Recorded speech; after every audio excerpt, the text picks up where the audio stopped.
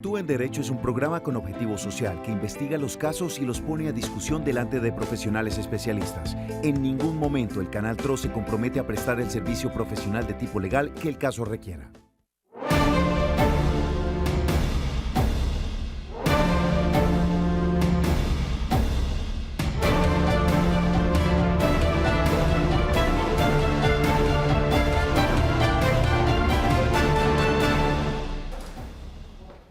Feliz tarde a todos los televidentes que nos sintonizan a esta hora aquí en su canal TRO. Programa Actúe en Derecho. Programa con responsabilidad social que está directamente ligado a las necesidades jurídicas y sociales que tengan todos ustedes los televidentes del Gran Santander. Hoy, como siempre, vamos a manejar un tema muy importante para todos ustedes, especialmente para los comerciantes, sector extremadamente golpeado en esta emergencia económica y social. Y es que el gobierno nacional expidió el decreto 797 del presente año, donde se daba la terminación unilateral de los contratos de arrendamientos en locales comerciales. ¿Qué sucedía con esto? Era un decreto que, según la Corte Constitucional, no tenía nada que ver con la emergencia social. ¿Qué va a pasar con todos estos comerciantes que hasta ahora, hace 2 semanas, empezaron con su reactivación económica? Es el tema que socializaremos el día de hoy en nuestro programa Actúe en Derecho. Para eso nos va a acompañar nuestra doctora Marlen Murcia, que es nuestra compañera habitual en nuestro programa Actúe en Derecho. Doctora Marlen, muy buenas tardes. Hola, doctor Reinaldo, muy buenas tardes para todos nuestros televidentes. Cordial saludo. Sí, esta tarde vamos a tocar un tema que en su momento se creyó que era pues un gran alivio para todas las personas que era solución, habían tenido doctora.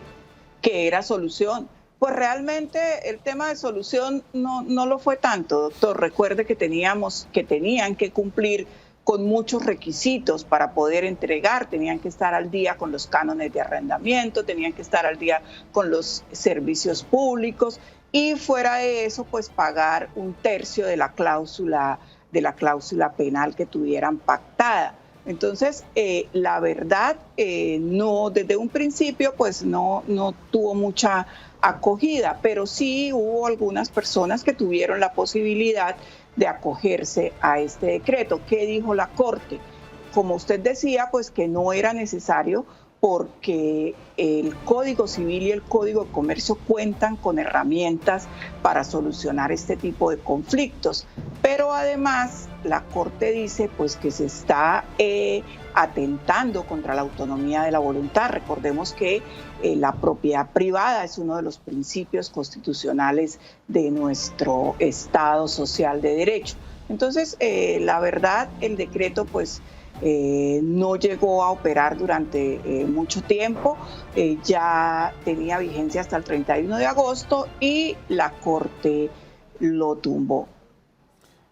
Y como lo dice la doctora Marlen, no era un alivio, sino parecía una adición a la cláusula penal que traían los contratos de arrendamiento. Y para socializar este tema nos acompaña el día de hoy la doctora Diana Patricia, que es especialista en Derecho Civil, Derecho de Familia y Derecho Comercial. Doctora Diana Patricia, muy buenas tardes y bienvenida a su programa Actúe en Derecho. Muy buenas tardes para todos, es un gusto poderlos acompañar hoy y muchísimas gracias por la invitación. Bueno, doctora Diana Patricia y doctora Marlen, acá en Actúe en Derecho el tema siempre es social, relacionado con la vulneración de los derechos de las personas más necesitadas. Y uno de los sectores más vulnerados en este momento es el sector comercial, el que mueve todas las dinámicas económicas del oriente colombiano y todo el país. Por eso hemos querido invitar al señor Nelson Bermúdez, que hace parte de la asociación de uno de los centros comerciales más tradicionales de la ciudad de Bucaramanga y que efectivamente se vio golpeado económicamente por esta pandemia. Don Nelson, muy buenas tardes y bienvenido a Actúe en Derecho. Doctor Rey, muy buenas tardes. Doctora Marlen, doctora Diana, muy buenas tardes. Gracias por la invitación, por la participación que ustedes nos dan. Efectivamente, la parte del comercio ha sido uno de los sectores más golpeados por esta situación, sabiendo que nosotros somos los que estamos generando esos empleos, los que estamos dando esa posibilidad de que otros sectores como tales también puedan surgir a través de esta situación.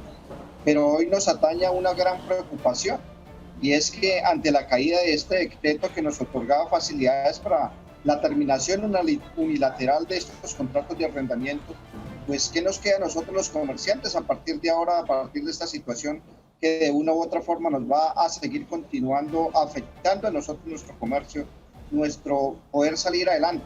Porque fíjense que muchas de las promesas que el mismo Estado nos ha dado, pues hasta ahora ha sido solamente papel y ni siquiera se hemos podido continuar con este proceso. Doctora Diana, doctora Marlene, don Nelson, vamos a ver una nota contexto que nos prepararon nuestros compañeros de la ciudad de Cúcuta, una ciudad netamente comercial que también ha sido golpeada por esta pandemia, especialmente el sector de los comerciantes. Aquí este informe. El decreto 797 del 4 de junio de este año regulaba de forma extraordinaria y temporal la terminación unilateral de los contratos de arrendamiento del local comercial por parte de los arrendatarios, en el marco de la emergencia sanitaria declarada por el avance del COVID-19 en nuestro país. Este decreto emitido por el Gobierno Nacional se convertía en un aliciente a la difícil situación que atravesaban cientos de empresarios y arrendatarios que tenían sus propios negocios en locales arrendados. La aplicación del decreto 797 se convertía en una ayuda a los dueños de bares, discotecas, billares, casinos, bingos, gimnasios, piscinas, canchas deportivas, parques de atracciones mecánicas, alojamiento y servicios de comida. Al estudiar el caso, la Corte Constitucional declaró inexequible el decreto al estimar que no se podía vulnerar la autonomía de la voluntad propia y la libertad contractual tratándose de comerciantes. El alto tribunal señaló que el decreto no era necesario en el marco del estado de emergencia y estimó que el Código Civil y el Código de Comercio tenían diversos instrumentos para superar cualquier circunstancia. Cabe mencionar que a pesar de que el arrendatario podía finalizar el contrato de manera unilateral, el decreto establecía que como consecuencia directa de esa decisión estaba obligado al pago del valor correspondiente a 1/3 de la cláusula penal pactada en el contrato, es decir, debía pagar los denominados cánones de arrendamiento sin que se le cobrara otra penalidad por terminar el contrato. Bueno, doctora Marlene, algo que nosotros hemos socializado durante estos últimos 3 meses acá en el programa. ¿Hasta cuándo esta inseguridad jurídica, especialmente con los comerciantes? Doctora Marlene. Pues sí, la verdad es que la época de pandemia ha dado para mucha actividad legislativa, podríamos llamarla así, por parte del presidente de la República. A punta de decretos, pues, sí señora. A punta de decretos. Hay quienes dicen que el presidente pues está legislando y que estamos siendo gobernados a punta de decretos. Hay algunos que han sido de mucha utilidad, pero hay otros como este, pues que realmente cuando iniciaron no fueron de mucha ayuda, como lo decían en nuestra nota contexto, pues tenía algunas condiciones que aquí en este programa muchos comerciantes nos decían, pero hombre, estamos cerrados, pues estamos atrasados en los cánones, ¿cómo vamos a entregar? Entonces aquí, además de esto, entra la otra parte y es la vulneración de la autonomía de la voluntad, algo en lo que el Estado no puede entrometerse en la propiedad privada, que es base de nuestro derecho constitucional. Doctora Diana Patricia, para universalizar términos y para que todos los televidentes nos empiecen a entender, comiencen a entendernos, primero, ¿cuáles son esas herramientas que dice la Corte, que tiene el Código Civil y el Código de Comercio para poder afrontar esta situación? Ya que la Corte dice, este decreto no tiene nada que ver con la emergencia social. Y expliquémosle primero a nuestros televidentes cuál es la autonomía de la voluntad de las partes, en qué consiste eso, cómo se hace y cómo se desarrolla y por qué la Corte le está dando prelación a esta situación. Doctora Diana Patricia. Muy buenas tardes, muchísimas gracias. Primero que todo, recordemos que el contrato de arrendamiento se enmarca específicamente en el principio de la autonomía de la voluntad. ¿Qué quiere decir el principio de la autonomía de la voluntad? Que las dos partes, arrendatario y arrendador, se sientan y colocan las condiciones del contrato de arrendamiento. ¿Cuáles son esas condiciones? El inmueble, el uso que le va a dar si es comercial o si es de vivienda, dependiendo del tipo de inmueble, el canon de arrendamiento y las cláusulas penales y las condiciones de ejecutar el contrato y las condiciones de terminación del contrato. Las partes no llaman a nadie, las partes no deben ir a ninguna entidad para que les avale ese contrato, para que les avale esa voluntad que han expresado a través del contrato de arrendamiento, donde el propietario o el administrador, si es una inmobiliaria, entrega en tenencia y en el uso y goce de un inmueble a un tercero que se llama arrendatario y por esto paga un precio que se llama canon de arrendamiento. Esa es la autonomía de la voluntad, que las dos partes deciden. No hay tablas, no hay nada que diga, especialmente en comercio, cuánto usted debe cobrar por un canon de arrendamiento, por cuánto tiempo lo deben tener. Ahí es donde encontramos esa autonomía de la voluntad. Bueno, don Nelson, ya hemos hablado de la autonomía de la voluntad de las partes, pero como lo ha institucionalizado también nuestra doctora Marlene, hablemos de la realidad. Ustedes en este momento están viviendo bajo el régimen de la autonomía de la necesidad. ¿Cómo es esa situación que están viviendo ustedes como comerciantes? Ya que para poder empezar a trabajar, ya iniciar labores, ustedes tuvieron que hacerlo acorde al decreto 666 del Ministerio de Protección Social, donde los elementos de bioseguridad estaban a cargo de ustedes. ¿Qué quiere decir esto? Que ustedes los tenían que comprar. Y reiniciaron labores, pero las reiniciaron ya prácticamente al debe, con una deuda bastante grande. Don Nelson, ¿cuál es la situación en ese momento? Sí, doctor, efectivamente esa es la situación real de lo que ustedes nos están comentando. Pero fíjese que muchas de las personas aún no pudimos, ni siquiera estando el contrato o la ley vigente, nosotros poder llegar a un acuerdo entre las partes. Fíjense que muchos de los dueños de locales nos decían con la expectativa que esperáramos a que se reactivara el comercio, a ver qué determinación tenían. Muchas de las personas en este momento están demasiado endeudadas en cánones de arrendamiento donde no han podido surgir y vienen con esta situación donde la única esperanza era que el Estado nos diera a nosotros un aliciente para nosotros poder iniciar con pie derecho este crecimiento que poco a poco ha venido abriendo el Estado para nosotros poder tener alternativas de volver a retomar nuevamente la situación. Pero, doctor Reinaldo, es muy difícil cuando nosotros iniciamos un negocio después de una situación como la que nos tocó vivir a nivel mundial, donde no tenemos ni siquiera el capital suficiente para invertir en nuestros nuevos negocios y reinvertir nuevamente para volver a tomar la economía como nosotros la veníamos dando. Vemos que muchos de nuestros compañeros están atrapados dentro de esa situación tan difícil que se les ha presentado a ellos y no vemos la salida de cómo poder darles esa mano también nosotros como comerciantes, porque fíjense que incluso dentro de las normas y las leyes que han sacado, las normas y las leyes han siempre surgido para los que estamos legalmente constituidos, pero no vemos la mano dura o la justicia contra aquellos ilegales que no tienen ni cámara de comercio, que no tienen absolutamente ningún documento legal y que están en la calle vendiendo los mismos productos que nosotros vendemos a un precio mucho más económico, donde no hay leyes para ellos. Entonces, esa es otra situación que también a nosotros nos acarrea el problema en la situación de poder salir nosotros adelante con nuestros comercios.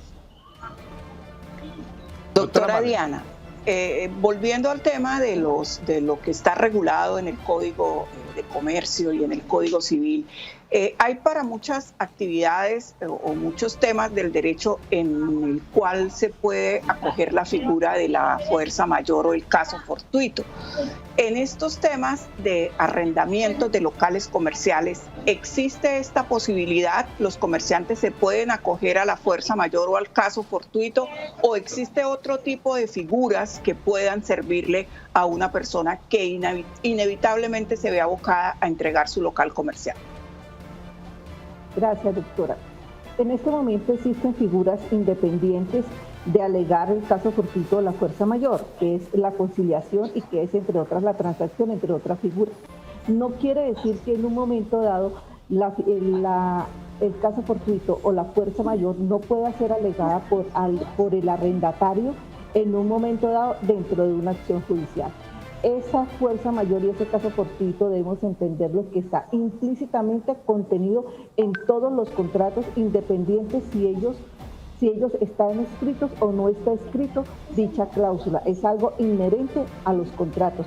Hay que tener en cuenta hoy en día que con toda esta serie, como hemos venido diciendo y como usted muy acertadamente lo indicó, se ha legislado a través del Ejecutivo en toda esta época se ha legislado, y no solamente eso, han dado una inseguridad jurídica grandísima. ¿Qué es lo que buscan los particulares? ¿Qué es lo que busca el Estado? El Estado debe proteger los bienes de los ciudadanos, como lo tenemos en nuestra Constitución. Pero con este desorden y con esta cantidad de decretos y de ley que salieron durante esta época, lo único que han creado es una inseguridad jurídica y han puesto en riesgo los bienes de todos los ciudadanos. Bueno, don Nelson, usted únicamente no es comerciante, sino representa a un importante sector de comerciantes del centro de Bucaramanga. ¿Cómo es la situación de estos comerciantes en este momento? ¿Todos han podido reactivar sus actividades económicas? ¿Todos han podido volver a su local comercial, que es su centro de operaciones, para llevar el diario a sus casas? Don Nelson. No, doctor, efectivamente muchos, yo creo que del 100%, el 45% han podido volver a retomar a sus actividades.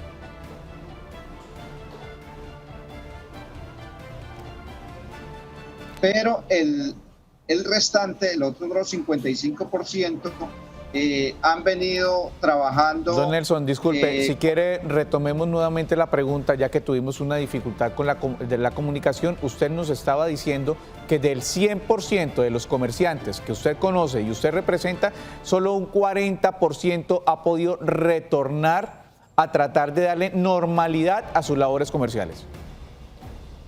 Correcto, doctor.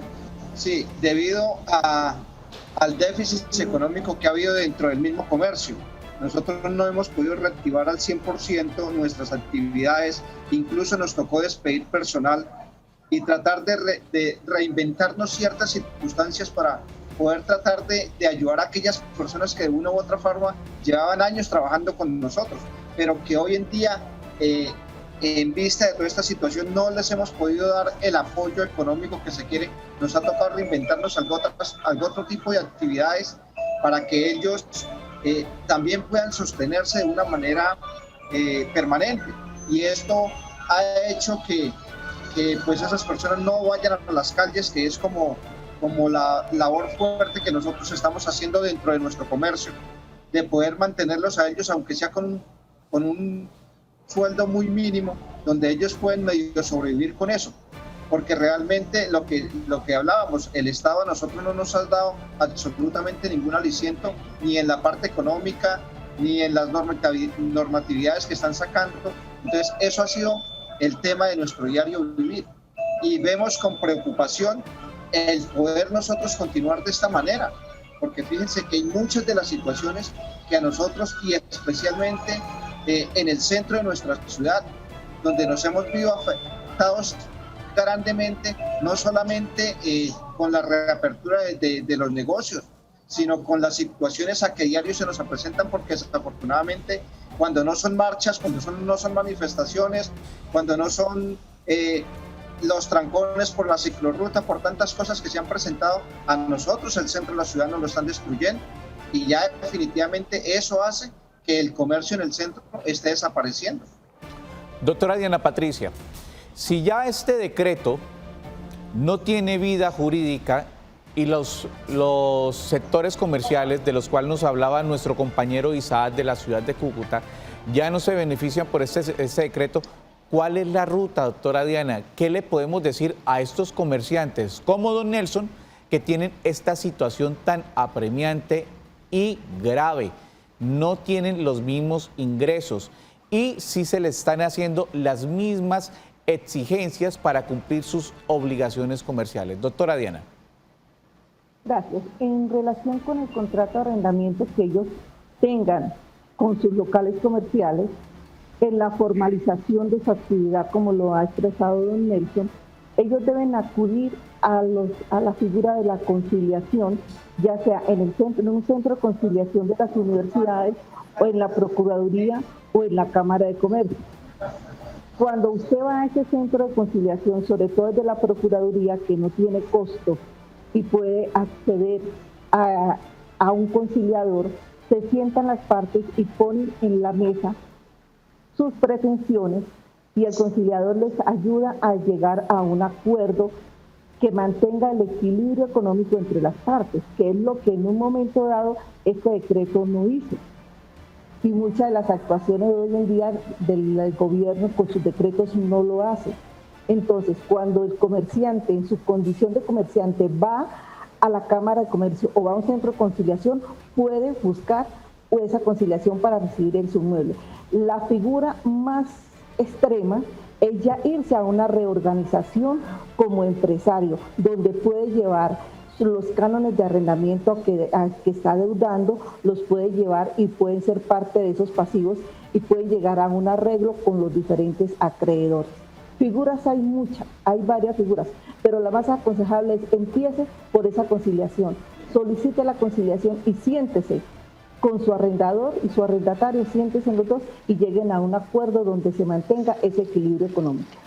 Doctora Marlene, ¿cómo se da esta reorganización como comerciante? Reorganizar su finanza, reorganizar sus obligaciones con los acreedores. Doctora Marlene. Bueno, recordemos que este es otro también de los decretos que ha expedido el gobierno. No sé, la verdad, en este momento sí ya pasó a revisión de la Corte Constitucional, pero este decreto también de la reorganización ha sido, digamos, una ampliación de la ley que existe para la reorganización empresarial. Esta es una figura a la que pueden acogerse los comerciantes, las empresas y las personas jurídicas, porque existe otro tema de ley de insolvencia, pero este ya es para las personas naturales. Entonces esta es otra, digamos, herramienta que, aunque ya la ley existía, mediante un decreto lo que se ha hecho es como ampliar el espectro de aplicación de esta ley, pero igual esperemos que la Corte no lo tumbe, pues porque también es otro de los decretos expedidos en el marco de esta emergencia. Pues esperemos que el sabio discernimiento que pueda hacer la Corte concluya que este decreto del cual habla la doctora Marlene sí esté acorde a la emergencia social que estamos viviendo. 310-245-8548 y 648-4820 son nuestras líneas. Tenemos llamada de uno de nuestros televidentes. Don Fabio, muy buenas tardes. Muy buenas tardes, doctor. Don Fabio, ¿de qué sector nos llama? De Floridablanca. Municipio de Floridablanca, la casa del Canal TRO. Don Fabio, ¿en qué le podemos ayudar? Mire, doctor, es que yo tengo un alquilado un inmueble como comercio al frente de la notaría de Floridablanca. A mí no me pagan desde abril. Yo eso lo tiene administrado una inmobiliaria que se llama Bienco y a mí no me pagan desde abril. Bienco me dice que no me va a responder hasta que el inquilino me cancele, ¿sí? Me deben 24 meses de gas, nunca pagaron gas. ¿Servicios le están debiendo? ¿Le están debiendo servicios? Me deben, nunca pagaron gas. Tienen eso desde julio del año 2018, nunca pagaron gas. Deben hace 17 meses agua y deben desde el mes de marzo... Antes de la pandemia, si está hablando de 17 meses, es mucho antes de la pandemia. Mucho antes de la pandemia, por eso. Y entonces resulta que a mí no me responde ni la inmobiliaria, ni el seguro, ni el inquilino. Entonces me siento totalmente desprotegido por un comerciante abusador. Don Fabio, muchísimas gracias por haberse comunicado a Actúe en Derecho, pero doctora Diana, doctora Marlene, para poderle dedicar el tiempo que se merece don Fabio a su respuesta, vamos a hacerlo después de nuestra primera pausa comercial. Y enseguida continuamos con este importante tema que lo relaciona a la gran mayoría de televidentes, a todos ustedes, los dueños de locales comerciales y a los comerciantes del Oriente Colombiano. Ya regresamos.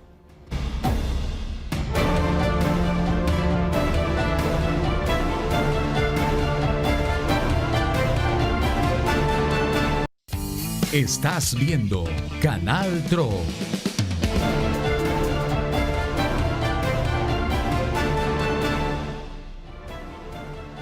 Continuamos en nuestro programa Actúe en Derecho, tema de hoy. locales comerciales, situación económica de los comerciantes, especialmente después de que la Corte Constitucional declaró inexequible este decreto el 797. Son tiempos difíciles en los cuales la responsabilidad social es la mejor herramienta para combatir el COVID-19. Es por eso que el Canal TRO ha implementado esta campaña. La mejor prevención está en tus manos. Primero, moje las manos con abundante agua. Segundo, aplique suficiente jabón. Tercero, frote la palma de las manos.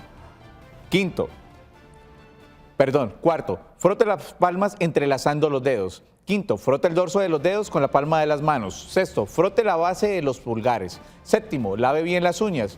Octavo, frote rotacionalmente las muñecas. Noveno, enjuague con abundante agua. Y décimo, seque las manos con una toalla limpia. La mejor prevención está en tus manos. Campaña del Canal TRO. Bueno, doctora Diana Patricia, la situación que nos expresaba don Fabio de la ciudad de Florida Blanca, una situación bastante complicada. Tiene su inmueble y supuestamente el Estado, dentro de su responsabilidad social, debe proteger la vida y la propiedad privada. Y bastante desprotegida está la propiedad privada de don Fabio, televidente del municipio de Florida Blanca. ¿Qué le podemos decir a don Fabio, doctora Diana? Muchas gracias. En este tema y en la pregunta de don Fabio hay varios temas que tenemos que aclarar y tener un pendiente. Primero, él las obligaciones del arrendatario las ha venido incumpliendo con anterioridad a la declaración del estado de emergencia. Eso quería decir que cuando él entregó su inmueble en administración a la inmobiliaria tiene responsabilidades. Si él tomó una póliza de seguro o una fianza para ese contrato de arrendamiento, la fianzadora debería de haberle cumplido por lo menos hasta el momento en que se declaró el estado de emergencia. Se nota una negligencia por parte de la inmobiliaria de no haber iniciado las acciones de restitución de inmueble con las medidas cautelares correspondientes para obtener el pago no solamente de los cánones, sino de los servicios públicos que le están adeudando al propietario. Porque en este caso, cuando una inmobiliaria está de por medio, el propietario solo es el propietario y quien ejerce la acción de ser el arrendador es la inmobiliaria. Eso por una parte. Por otra parte, en lo que nos está diciendo el televidente, nos está dando a entender y vemos la posición dominante y abusadora de las afianzadoras o aseguradoras. ¿Qué es lo que ellas hicieron antes de y después de? Antes de la declaración de emergencia, ellas venían pagando lo que se llama el siniestro siempre y cuando la inmobiliaria, dentro de los términos contractuales, entregue o le avise a la afianzadora que ha ocurrido un siniestro. Después de la declaratoria de la emergencia, la mayoría, por no decir el 100% de las afianzadoras y de las aseguradoras que manejan este tema en forma abusiva, haciendo uso de esa posición dominante, cambiaron los contratos y las pólizas de seguros y de afianzamiento, cambiando las condiciones y solamente cancelando el valor asegurado o el valor protegido cuando se haya recuperado ese canon de arrendamiento. Eso pone en desventaja a ese propietario o a ese arrendador, pero al arrendatario sí le están cobrando las moras, le están cobrando los intereses, le están cobrando gastos de cobranza, pero no le están cumpliendo con la obligación principal de pagar la fianza o el seguro que se ha hecho. ¿Qué le corresponde al señor televidente? Solicitarle y pedirle y exigirle, más que solicitarle, a esa inmobiliaria que inicie las acciones de restitución de inmueble con el embargo de las garantías que se hayan dado.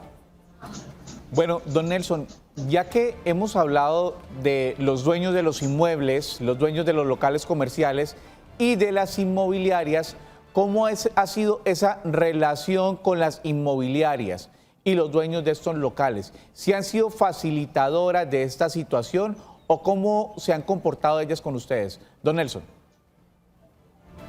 La verdad ha sido muy difícil la comunicación entre las inmobiliarias y nosotros como arrendadores, ya que ellos también son muy apáticos. Fíjense que muchas de las inmobiliarias se pegan y se basan en que las mismas aseguradoras les quitaron el respaldo de lo que ellos venían dando dentro de los procesos que ellos tenían también como gancho debajo de la mano, que era el tema de las aseguradoras. Pero si vemos que antes de que iniciara esta pandemia, ellos también se hicieron como a un lado bajo las responsabilidades de asumir esas situaciones difíciles que de una u otra forma las inmobiliarias se pegan en decir que hasta que no salga una norma, una ley, para que ellos también puedan tener bases jurídicas para poder defenderse, entonces nos han dejado solos a nosotros. No significa que nosotros hayamos podido tener un lenguaje constante con ellos o una comunicación permanente, sino que ellos siempre han tenido evasivas en darnos ese tiempo de espere a ver qué sucede. Espere que el comercio reactive, espere que esto nos den, a ver qué pauta sale. Pero sin embargo nosotros estamos ahí en la deriva, porque ni por la parte de la inmobiliaria, ni por los dueños de los locales, ni nosotros hemos podido llegar a conciliaciones verdaderas donde nosotros podamos tener esa paz, esa tranquilidad de empezar esas labores como tienen que ser, sin el temor de que qué va a pasar con nosotros. Doctora Marlene. Doctora Diana, frente a este tema han sido reiteradas también las personas que nos han dicho pues que las inmobiliarias no concilian, que las inmobiliarias no facilitan las cosas, que las inmobiliarias se han convertido, digamos, en piedra de tropiezo en estos temas. Había otra persona, otro profesional del derecho que nos decía pues que no era la inmobiliaria, que era el dueño, porque en últimas la inmobiliaria solamente hace el papel de representante, digamos, del dueño del inmueble. ¿Qué se puede hacer frente a la inmobiliaria? ¿O no se puede hacer nada y todo hay que hacerlo frente al dueño? Entonces, ¿qué puede hacer un inquilino frente a una inmobiliaria que no quiere, que no cede y que no colabora, doctora Diana?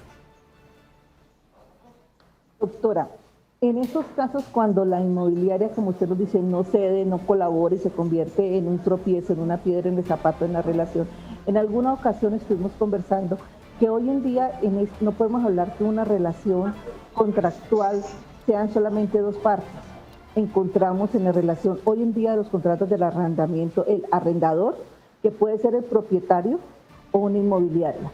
Cuando es una inmobiliaria, entra el propietario a ser parte porque la inmobiliaria tiene un contrato de administración con el propietario. Entra una compañía, ya sea de afianzamiento o aseguradora, a hacer el aval de esos cánones de arrendamiento.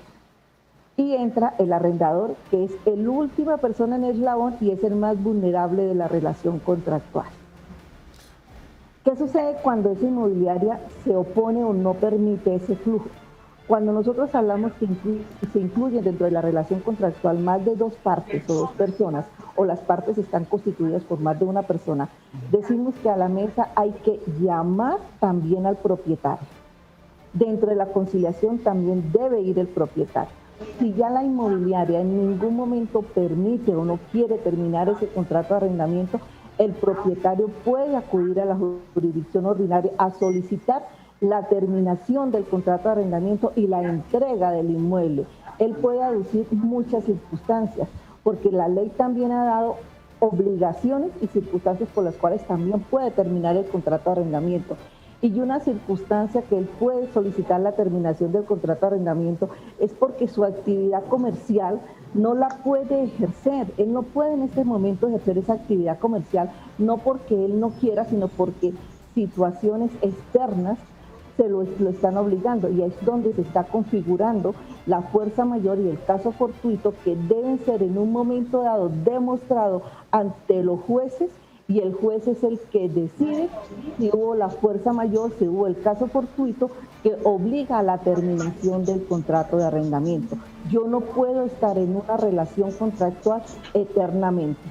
Tengo la posibilidad, dando cuenta la autonomía de la voluntad de las partes, mi libre albedrío, de terminar ese contrato. Si no lo puedo terminar de mutuo acuerdo, puedo acudir a la jurisdicción ordinaria para que un juez de familia me dé por terminado, un juez civil, me dé por terminado el contrato de arrendamiento y haga entrega del inmueble a ese propietario o a ese arrendador, según sea el caso. Doctora Diana Patricia, para colocarlo en términos en los cuales nos ha expuesto aquí en el programa don Nelson, ¿es posible, acorde a lo que acabo de decir don Nelson en su última respuesta, que los comerciantes deban esperar, como lo dicen las inmobiliarias, a ver si se expide algún paquete legislativo o alguna ley que los favorezca a ellos, tal como le están respondiendo las inmobiliarias a esos comerciantes?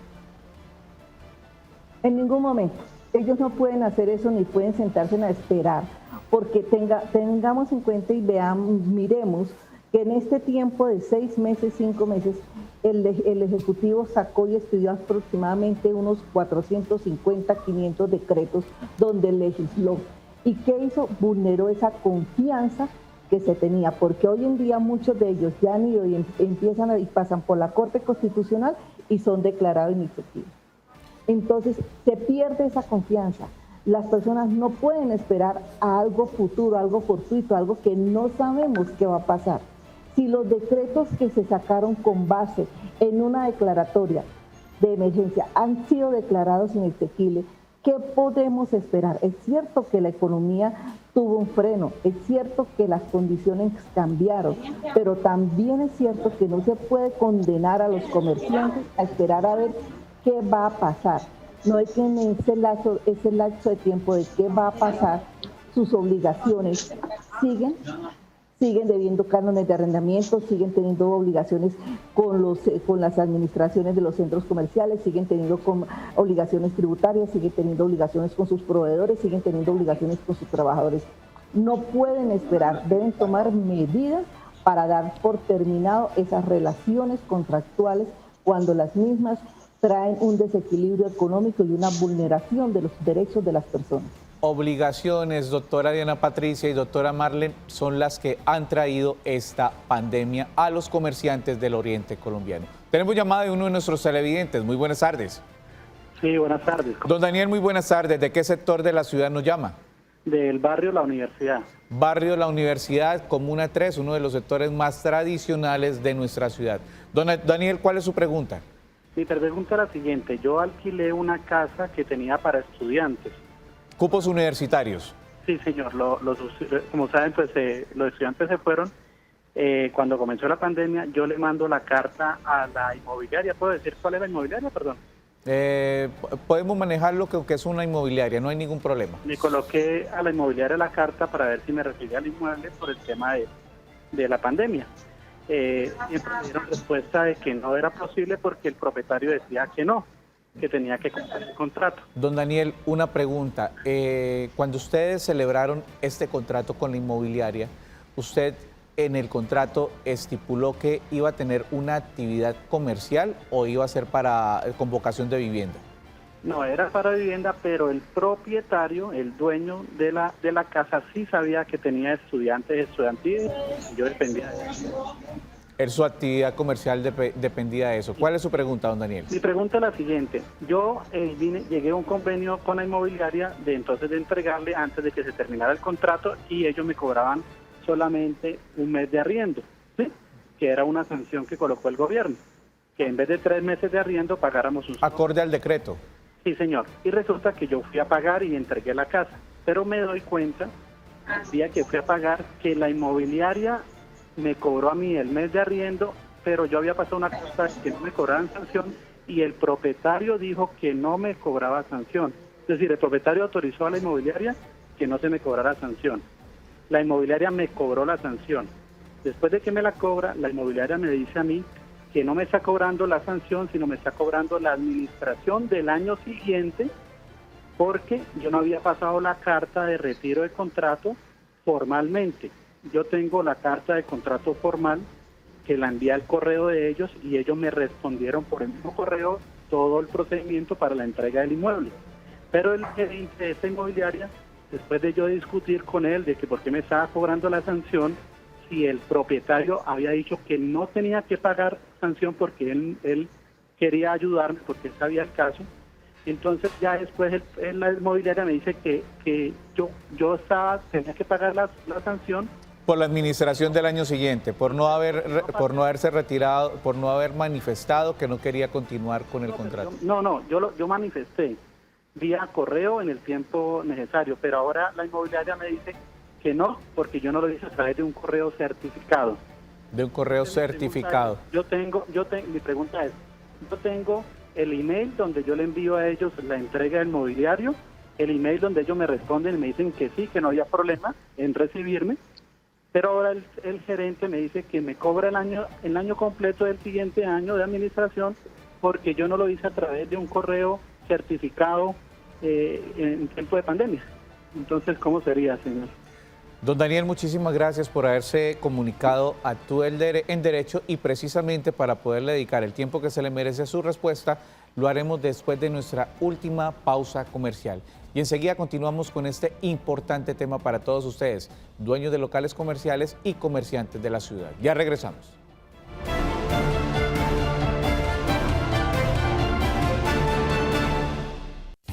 Estás viendo Canal TRO.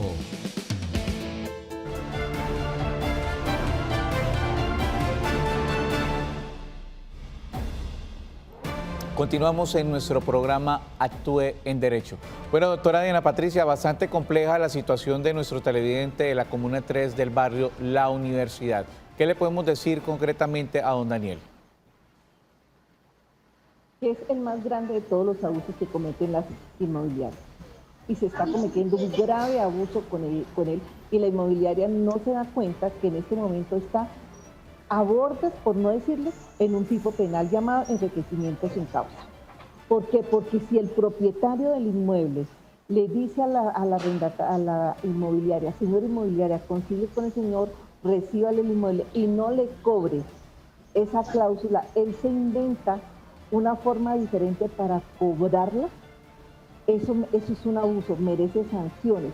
Por lo tanto, ¿qué le aconsejaría al señor?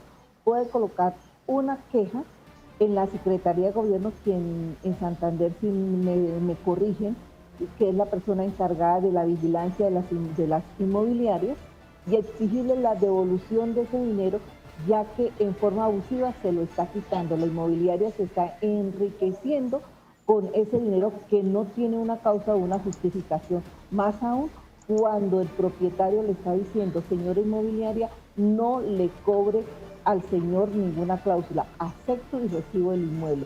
Eso se llama un abuso, y la inmobiliaria no tenía derecho a disfrazar de ninguna manera esa sanción y de quitarle ese dinero al señor diciendo que es un contrato y que es la administración.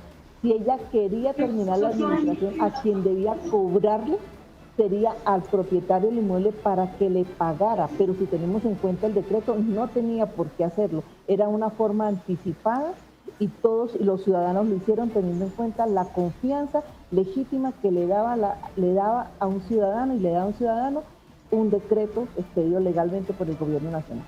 La confianza legítima de los ciudadanos.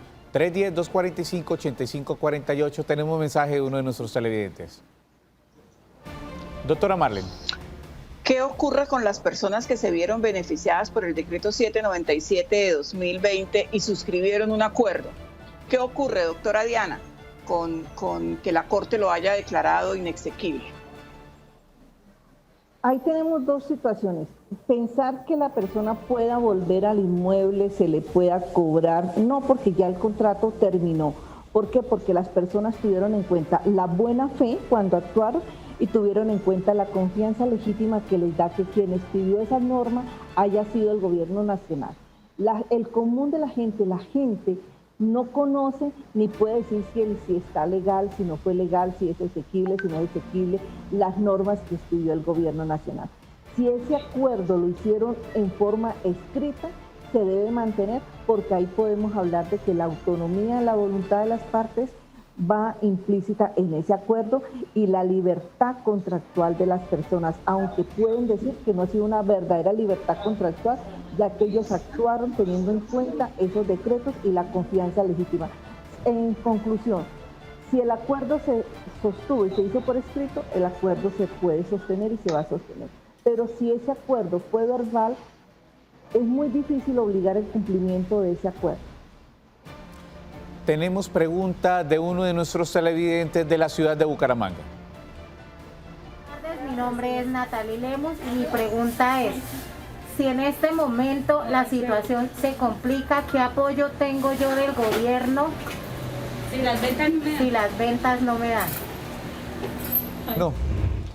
Situación de la gran mayoría de comerciantes, ya nos lo decía don Nelson, solamente un 40-45% ha podido retomar sus actividades comerciales. Doctora Diana, ¿hay algún salvavidas para los comerciantes? Como lo expresa la señora que nos envía este mensaje, si mis ventas no dan, si la reactivación no da para yo poder cumplir con mis obligaciones, ¿qué puedo hacer?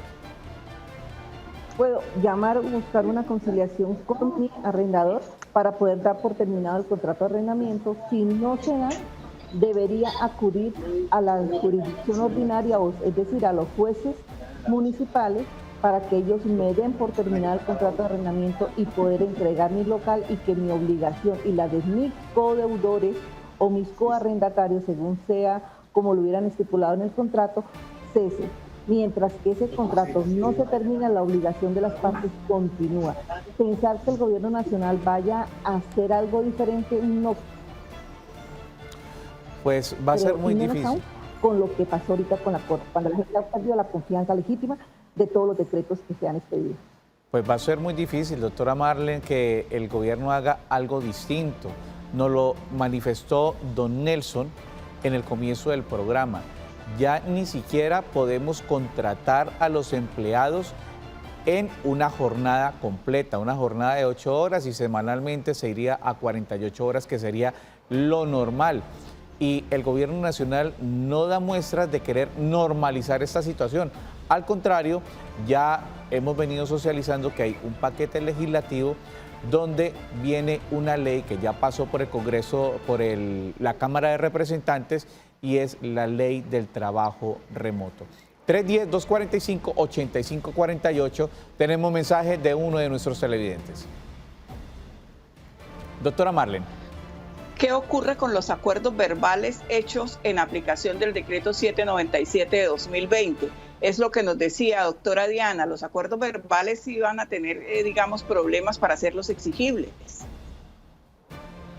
Sí, señora. Queda a discrecionalidad de las partes de cumplir o honrar su palabra, como se dice. Es muy difícil porque nosotros estamos aún acostumbrados a la informalidad, ya que todo se arregla con una llamada, ni siquiera lo enviamos por un correo electrónico ni por un mensaje de texto, sino lo hablamos, lo hacemos en una forma muy informal, y va a ser bastante difícil si una de las partes no quiere cumplir o no quiere honrar ese acuerdo.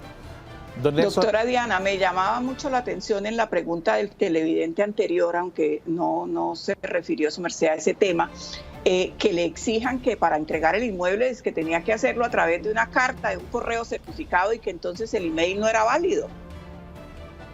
No, señora, eso no es cierto. Hoy en día, ya desde que se puso en vigencia el Código General del Proceso, encontramos que los correos electrónicos son válidos como notificación, y más aún cuando sabemos de dónde salió, hacia dónde llegó.